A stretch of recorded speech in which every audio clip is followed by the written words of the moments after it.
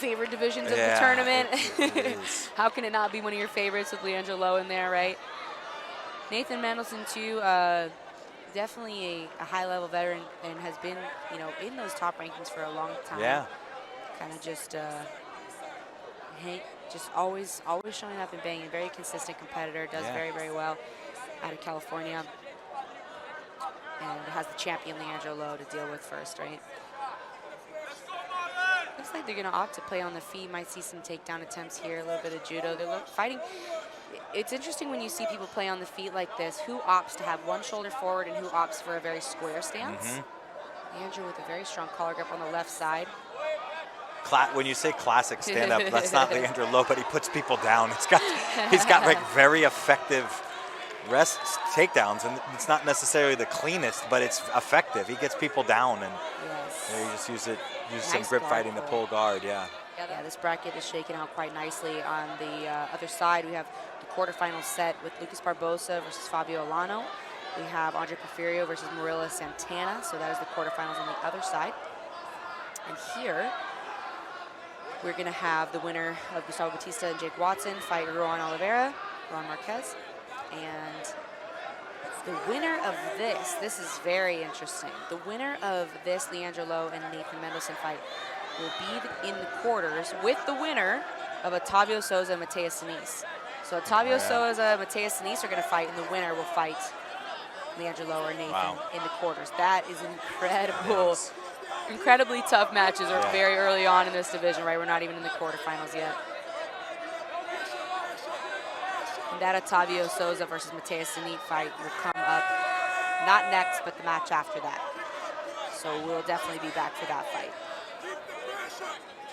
Mendelsohn doing a very good job of keeping that hand off the collar or the sleeve, because Leandro does a great job of getting underneath you and then taking you back there with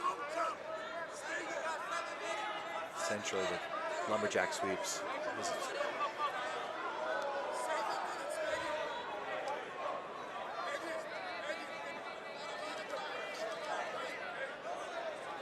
Yeah, nice switching with Leandro Lo. His right foot, he kind of switches to the hip, to the spider, and then also to like a little bit of a butterfly on the inside.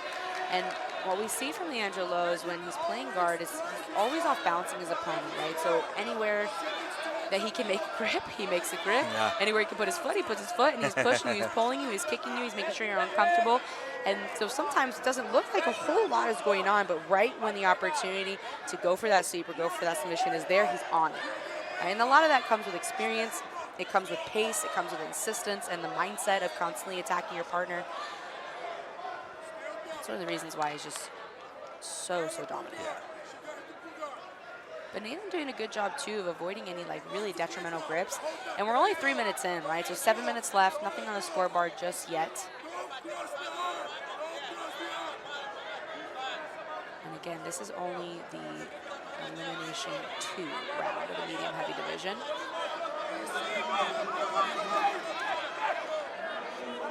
And a lot of other amazing competitors on the mats right now as well. You know, we just saw Gustavo Batista and Jake Watson. Renato Canuto is going over on mat 6 against Fabricio Barbarotti, excuse me. We have, who had a big win, Fabricio had a big win over Espen. Yeah, that's right. Yeah, Yes, had a big win over Espen. Big stand-up battle there. That was a close call. Just 6:20 left in this elimination 2 round. And remember, the winner of this is going to fight the winner of Otavio Souza and Mateus Diniz. So with a match like that coming down the pipeline, you don't necessarily want to have like the hardest 10 minutes of your life, right? It's interesting seeing how athletes behave differently in brackets versus super fights, right? It's a lot of times just how tired you are, the day you've had, or how stressed you feel, the environment, all those things play a big part in how some of these matches shake out when it's at such a high level where little millisecond type things are the make it or break it, right? And a lot of times it is that way. And the athletes feel it, you know, and they're conscious of that. And it's a big mental game too. You know, if I'm going against somebody who I know just had a 10-minute battle and barely scraped their way through winning, not only are they tired, but for me mentally, the boost that gives of like, heck let's go, like let's go. Like I know they're tired. Push, and a lot of times it is that mental boost that changes the trajectory of the fight. 100%. So I like to watch my competitors get tired before they go with me, right? But we've all been on the other side of that too, and Yes, you got to make sure that you're not folding under that pressure as well. So that's definitely something Leandro Lowe is good at, and not folding. We know he always has it in him to win, no matter what's on the scoreboard. Yes, he does. We've learned that a few times. Yeah, I know. I've seen him look like he's half dead and just be like, he wins anyway. And Yes. then it's just like amazing. Yes. So here we see this reap debate here again, where because Nathan's right foot is on top of Leandro Lowe's shoulder. So now we're checking all the points of the reap here. Because the foot is on top of the shoulder, we're okay. But you cannot overwrap the foot with a footlock grip and then pass your left leg past the belly button or the center line of the person's body. But with the underhook, it is okay. Right? And that's because of the way that it pushes pressure on the knee. If you trap the foot with the footlock grip and then you torque the knee, that's considered illegal. Whereas if the foot's on top of the shoulder and then you reap, then the person has a chance to free the pressure on their knee. So that's the logic there. Yep. At least in the gi. Yep. No gi, totally different. That's right. So 4:45 left. Nathan almost in the splits, and Leandro Lowe comes up on top with a beautiful 2-point sweep. So now we get to see a little bit of Nathan's guard. We've seen him on top the whole time. Yeah, he's trying this De La Riva footlock. Does knock him down, right? It did off balance Leandro. You know, there's there is a bit of a threat. If Leandro goes down to his butt like that, it's not for no reason, right? Yep. But no advantage. He didn't score anything from it. Passes a lapel through on the left side. Kind of keeps his right foot settled on Leandro's hip, just to keep any forward pressure from that left side.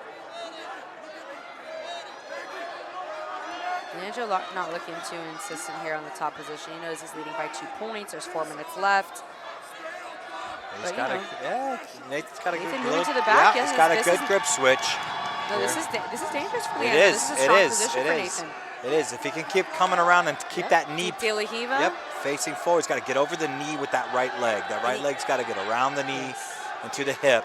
Yes. And I think he does have the ankle grip with his left hand on the pant grip on the far side. Nathan does. Yep. Which is really good because that means Leandro can't keep facing him and squaring up. That's right. If he's controlling that sleeve. Leandro can't pop up to his left knee and keep circling to the left to face him. But like you said, he still needs to get his right leg over to the other side, and that's going to be difficult to do with that collar grip from Leandro. Because if he does move his right leg, there's a very good chance Leandro will grab the pants with his right hand and kind of put a stop to that. Yeah, that grip might just be just a little loose for Mendelsohn.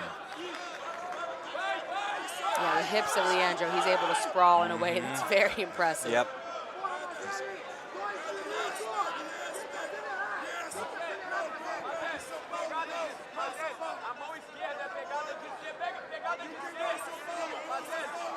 Right now we also have Renato Canuto versus Fabrizio Barbarotti on mat 6.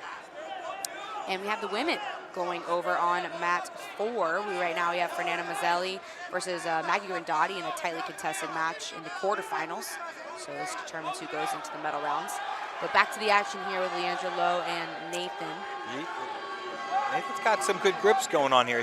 He's got to try to get around the back and get over that knee, and then if he's going to take the back or sweep to the mount, he's got some really nice stuff could be happening.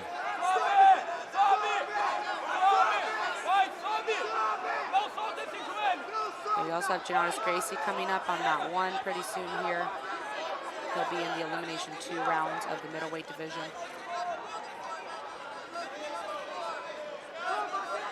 Leandro doing a great job keeping distance. Whoa, there he goes. You could get around the side there. Oh. Wow, incredible work by Nathan. Yeah. Just right on the edge there, not quite able to get the timing that he needs to get the sweep to come on top. 2 minutes left. And it is funny how we always mention Leandro Lowe will look like the most tired person, and it never matters. It just doesn't matter. It's just like, yeah, it just doesn't seem to matter. Looks like an advantage was awarded for Nathan and then taken away. So we might have had a disagreement with the 3 refs, like based on who thought they saw what, right? Another kind of out-of-bounds attack from Nathan here.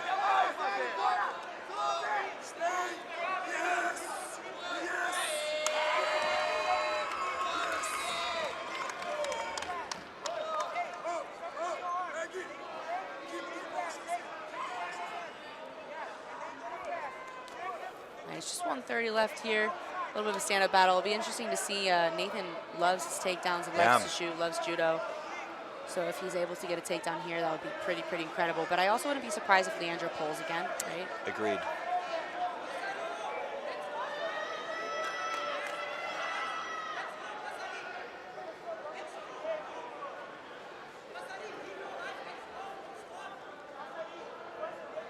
If we jump over to mat 4, let's get some of the action with the women's heavyweight division. We just saw Maggie Rundati with a pretty big win over Fernanda Mazzelli Almeida. Big win for her. That was a big match. And now we will be going into another female black belt heavyweight match with Allison Tremblay versus Larissa Diaz de Almeida. So the heavyweight women's division, I believe, is the only women's that has started so far today. But we'll have the rest of them coming out very shortly, and that's going to be on mat 4. Leandro Lowe still has his 2-point lead over Nathan with, you know, about 30 to 40 seconds left in this match. We also have on mat 3, we're going to see Adam Wardzinski and Luan Lima. So we can jump over to mat 3 while we wait until mat 4 is ready. So we'll have Adam Wardzinski here. Really excited to see his style. He has had some great performances lately, including this performance at Pan Am's. Yeah, Wardzinski is.